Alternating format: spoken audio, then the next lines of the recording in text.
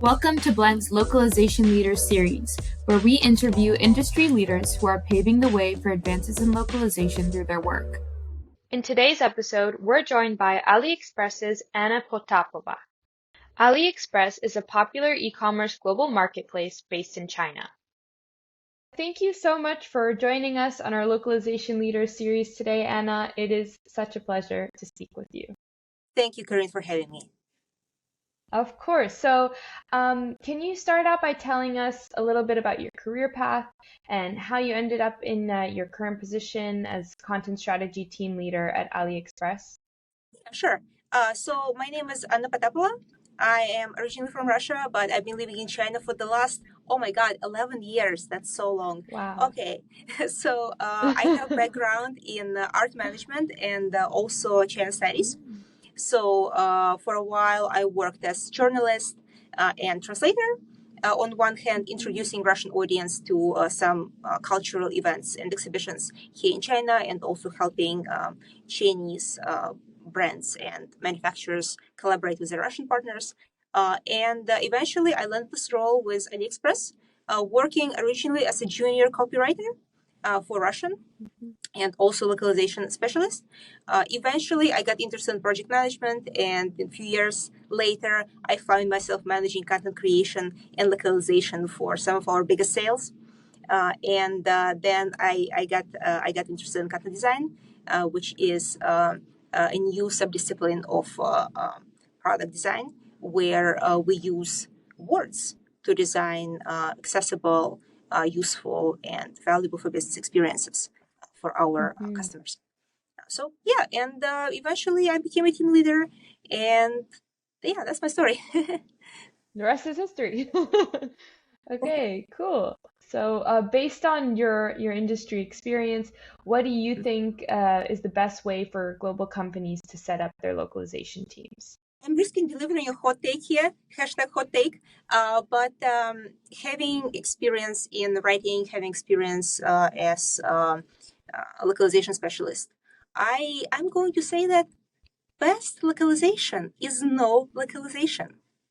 And here I would like to highlight this point by telling you a little bit about one of the cleverest experiments I've ever heard about, and it was done, I believe, for Lock World in 2019 by Julia Tarditi, and she had this wonderful presentation called "Goodbye Source Text."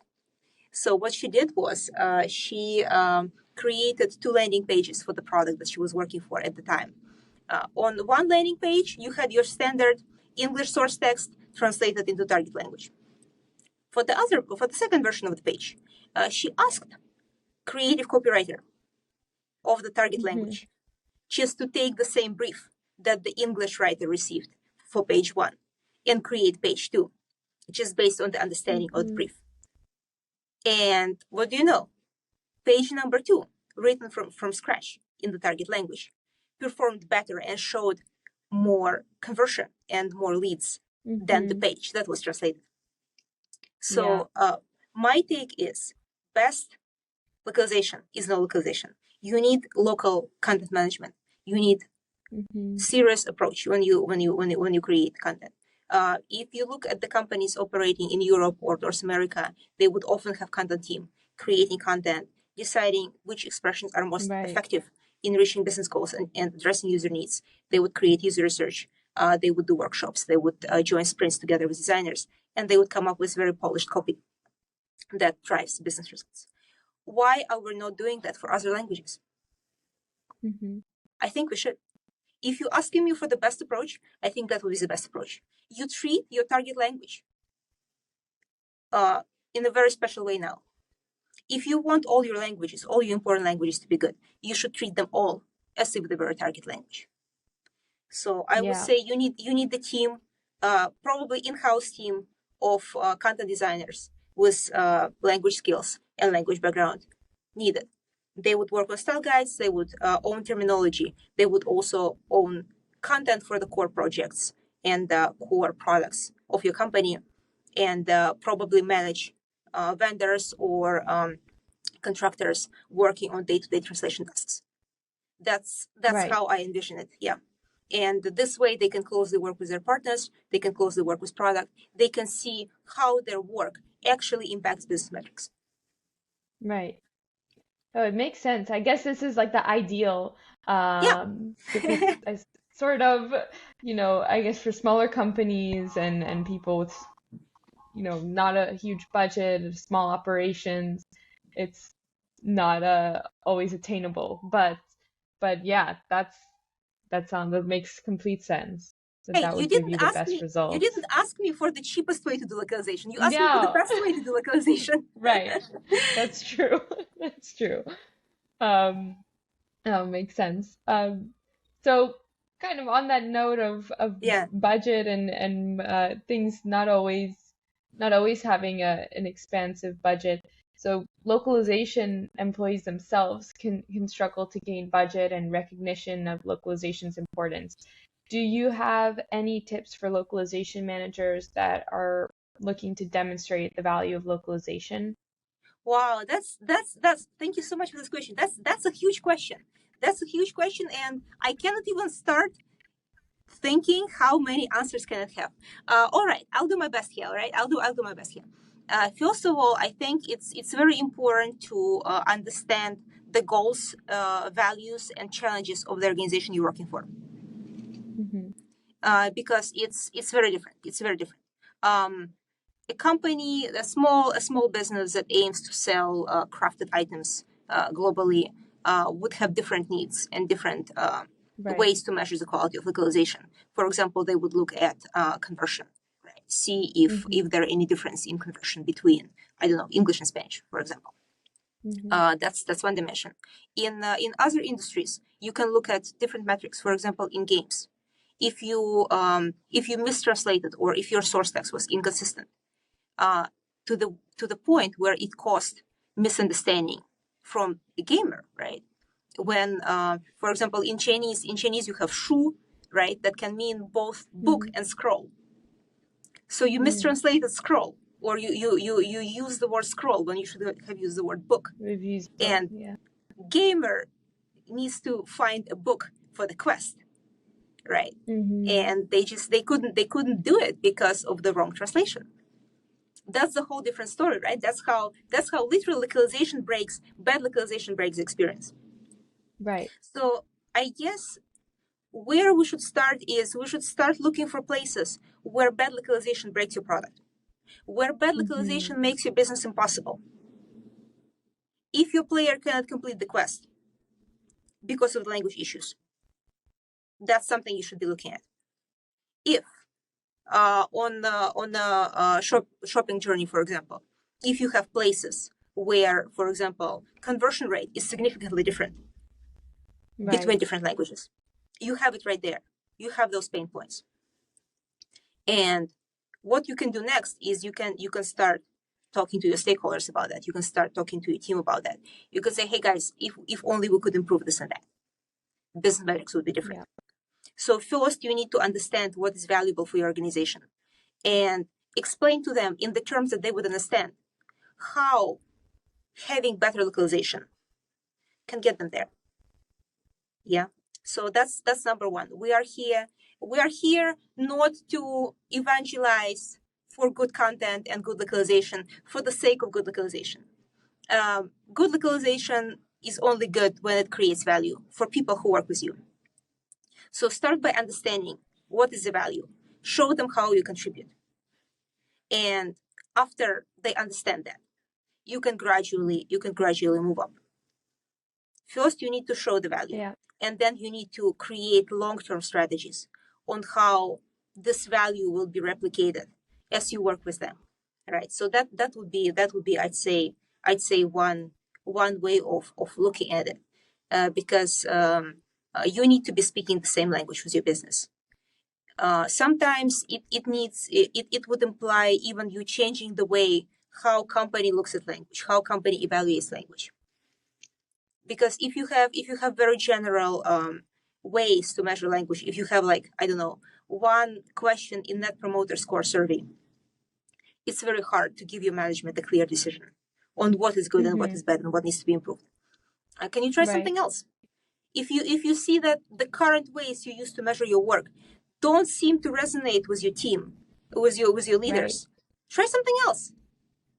You have more holistic ways to measure the quality of localization, and you don't see people buying in. Great, try error counting metrics. Experiment with it, see what works. Yeah. And of course, tie it to the original business goals and the values of the people who work with you.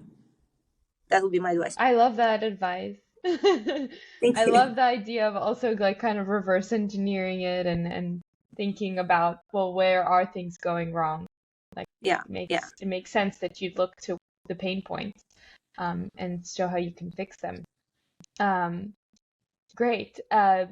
So as a global company, AliExpress is obviously a huge global company, and you're leading the content strategy. So how do you optimize global team communication, working with people and different cultures, different time zones? Do you have any advice? Yeah, I think it's a very interesting topic, especially for us. Working in multicultural environment, we need to make sure that we are all on the same page, because there are different communication standards, right? Different communication standards in every cultures. For example, if you are late for your meeting in US, that is considered very rude and disrespectful, right? You should be there on Mm-hmm. time, sometimes even earlier than on time, 5 minutes before it starts, right? In other cultures, like India, China, to name a few, things can take a bit.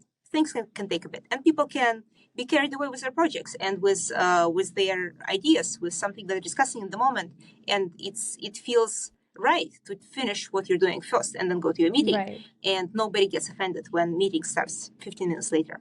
Right. Um, Yeah. it all this little habits and cultural traits and communication standards work really well in their environments where people understand exactly how it works. But if you come to China from US and you find out that your meeting is running late for 20 minutes for no reason, apparently, that can be very frustrating and very Right. hard to work with, very hard to proceed even. So I think what is important here is to set very clear standards for communication in this particular team that you're working for, Mm-hmm. and not necessarily even being a manager of the team. If you're not a manager, you can still bring it up to your manager. You can still come up with this idea and say, hey, maybe we can have some aligned standards. Yes, it's okay to be for a meeting late for a meeting in India. It's not okay to be late for a meeting in US. How about we decide that 5 minutes is the maximum amount of time you can be late for a meeting, and we all agree to that. All of us, Meet this is in the the whole middle. team. Yeah. The whole team. We meet in the middle. We set this aligned standard. We set the standard that will be the same for everybody, and we all commit to following the standard. And our manager, who is also on board, will evaluate us and talk to us again according to the standard. So I guess that's something that we need to set up first, right? Secondly, we need low context communication. What do I mean by low context communication? This term itself comes from Erica Mayer's book called Culture Map, and it refers to cultures which place responsibility of message being understood on the speaker. So if I'm talking to you, Corinne, right now, it's my responsibility to make my message clear. It's my responsibility to make sure that you understand all the details of what I'm saying. So I need to be very explicit. I need to be very explicit. Um, for example, if we are to discuss localization project together, if I was your client, for example, I would send you a message saying, "Hey, Corinne, we met last week to discuss my project XYZ. I sent you requirements, and can I see the quota as we agreed last week?" Yeah, I would give you a context. I would explain who I am, what did we do together, and what I expect you to do. This is low context communication. I take the context out. I give you the context for free, no charges. Right. Yeah. If we're talking about high context communication, it means that part of the message, huge chunk of the message, even implied. Same situation. Let's take the same situation of me being your client and asking you for quotations, but I'm Chinese this time. I would say, "Hi, how are you doing? And I would slowly move to my message. I will get there eventually, and I would expect you to remember. Sometimes even this "Hi, how are you?" will be followed by "Hey, how's my request?" Implying that you remember the meeting with me, implying that you remember what we discussed, implying that you took notes, and you're ready to shoot answers straight to me. Yeah.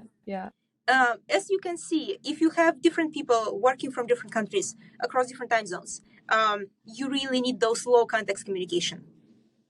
You really need to give it out to people, and you need your team to know that this is the way it should be done.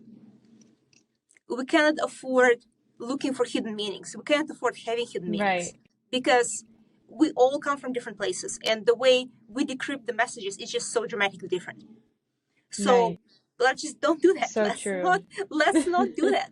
Let's just stay simple, stay clear, and some people might say, "Oh, we'll lose something in the communication here," which also would be partially true, I think. But at the same time, you get this high efficiency of your communication, which is a legit trade-off, in my opinion. So you have your aligned standard with your team. You have your low context communication where everybody is direct and upfront with their messages. And then you definitely need tools and processes, right? You definitely need tools and processes. It's very hard to run a global team where all the knowledge is stored in people's heads, right? And you expect them to remember so many things, and there are no standard operating procedures. It's very hard to kind of grasp and to catch things up when you don't have that. So definitely you need clear processes. Definitely you need ways for people to plug in this workflow, regardless of which time zone they are at. Absolutely. I guess That's really great advice. That's great advice. Asking you for even more advice. Do you have advice for global brands that want to build a localization team for the first time? So they don't have localization processes in place. Probably there's some, kind of expats or something working at the company that they have speaking the local language, and they're kind of carrying the weight, and they want to take it a step further. Do you have any advice for those brands that want to actually have a localization team? I would say on the early stages, I would say it's more about quality than quantity. So even if you don't have budgets, or if you don't have the means to hire a localization team, at least you should invest in one senior specialist who has experience of building processes and the whole logic of localization in the company from the start. I think that would be a better investment. Yes, you can maybe get some interns, maybe you can get people on some of those platforms where you can hire freelancers, but it will not be a good investment long term.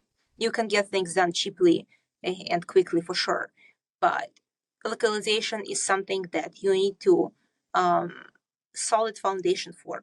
Otherwise, every new product and every new page and every new piece of content that you ship will create more and more problems and create extra challenges for future localization. So I'd say invest in setting a solid foundation. Invest in people who know how to use computer-aided translation tools. Invest in people who has experience. Invest in people who have connections maybe with agencies and can give you solid advice on what to do for your particular case.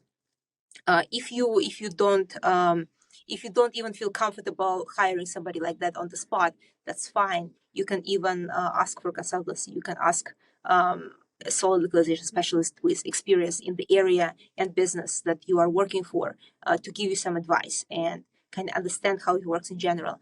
I guess one of the big problem for many companies is that they try to do localization without the knowledge of how localization works. They solve it kind of case by case basis. Let's do it first and figure it out later. But the later you figure it out, the more legacy issues you have and the more debt, translation debt you have. So it's very dangerous to kind of push this conversation away and look for short-term solutions. I'd say invest in long-term solutions depending on what kind of budget and resources you have. Either hire a consultant for a few conversations with you, or hire somebody to oversee the whole process long term. I think that would be a better investment than just kind of solve those issues on ad hoc basis. Yeah, you want to get it right the first time and not Yeah, pay for yeah, all the mistakes absolutely, later. Yeah, absolutely. definitely. Great. So thank you, Anna. We can move into our rapid fire questions. All right. So these are just like fun, fast questions, also just to get to know you better. So I always like to start with what is your favorite language? That's a very tricky question. That's a very tricky question. I speak Russian, Chinese, and English. Some Ukrainian I can read, not very good at speaking. I think at this point, I would say my favorite language is English, because it helped me to connect with so many people from all over the world, and I just appreciate its simplicity compared to say Chinese. And yeah, I just love Yeah. English because it allows me to connect and share and make friends with people that I Hmm. won't be able to be with otherwise. So yeah, English. Cool. And yeah, what's a favorite place that you've ever traveled to? Tricky. Favorite place I ever traveled to? Huh. I would say okay. I would say it's probably going to sound a little bit cliche, but I really love London. I really love London. I've been there Mm. twice. Oh, Beautiful city. It was very vibrant. Life, a lot of events happening. A lot of great people live there. Yeah, I love London, and I'm looking forward to go there again. Maybe this year. cool. And what's your favorite localization tool? Mm, this is going to sound a little bit old fashioned, but hear me out. I really like Omega T. I know it's super simple and super basic, but that's kind of where it all started for me. So there's still like big warm place for Omega T in my heart. Just like nostalgia. Yeah, absolutely, absolutely. I Yeah, love I love the thing. Even now for my like personal projects, I would use it every once in a while when needed. Just yeah, very nostalgic. amazing. And what's the best localization advice you've ever received? Best localization advice that really changed my approach to localization is you should tie your localization efforts with business goals and metrics. Find way to talk about localization in the terms that are clear and valuable for your partners and customers. Great. And what's your localization nightmare? Uh, okay. Decentralized localization process in a big organization where every team creates their own content, has their own localization budget and their own vendors. Yeah, that sounds. I wake up at It's night. terrible. I wake up at night in cold sweat just thinking about that. Yeah, that does not sound good. And who is your localization role model? I mentioned it today already. It would be Julia Darbidi. Okay, Yeah, I think her approach to language and localization is just brilliant and amazing, and I'm a huge fan of her work. amazing. And which brand would you say is your localization crush? Uh, okay, this might come out weird, but I really like Burger King. Because Yeah. they know their markets. They know how to talk to people in different countries. They know Mm, where to be edgy and aggressive and take risks, and where to tone it down. So I really appreciate that. I appreciate good trust creation. I'm a big fan of good trust creation, yeah. and I think they do it really well, and they do really well in adapting different cultures. Are they in China, by the way? There is Burger King in Yeah? China. Yes, Wow. absolutely. Yeah. Nice. Anna, before we wrap things up, are there any localization initiatives that you have coming up that we should keep our eyes out for? Well, I do have initiative I'm very excited about. Uh, Together with my friend and colleague Arno Fortini, we are building content design community here in China, and we see a lot of interest from localization specialists as well. So yeah, feel free to reach out to me on LinkedIn, and I can add you in WeChat group if you're based in China. We have a monthly meetup with sharings that have to do with content design and also localization. if you want to understand more about what's happening here, and how content and localization can work better together, you're very welcome. And I would love to see you on our next meetup in April. That sounds really cool, Anna. Thank you so much again for taking the time to share your perspective with us and all your localization advice. It was really great speaking with you. Thank you so much for having me, Corinne. It's been a pleasure. Have a great day.